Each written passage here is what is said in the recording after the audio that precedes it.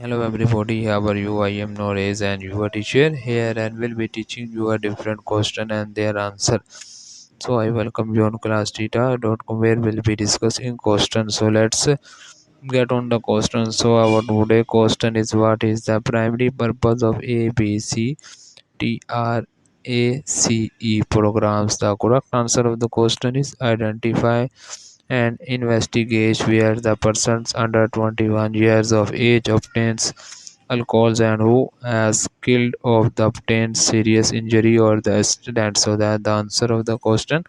If you are searching any other question, please visit www.classtheta.com and find on the search section. If you have any question to ask, there are sessions on the right side of the website. Fill the form and will be answering you as soon as I can. Thank you for watching this video. Please do not forget to like, share, subscribe our channel and the next question. Bye bye.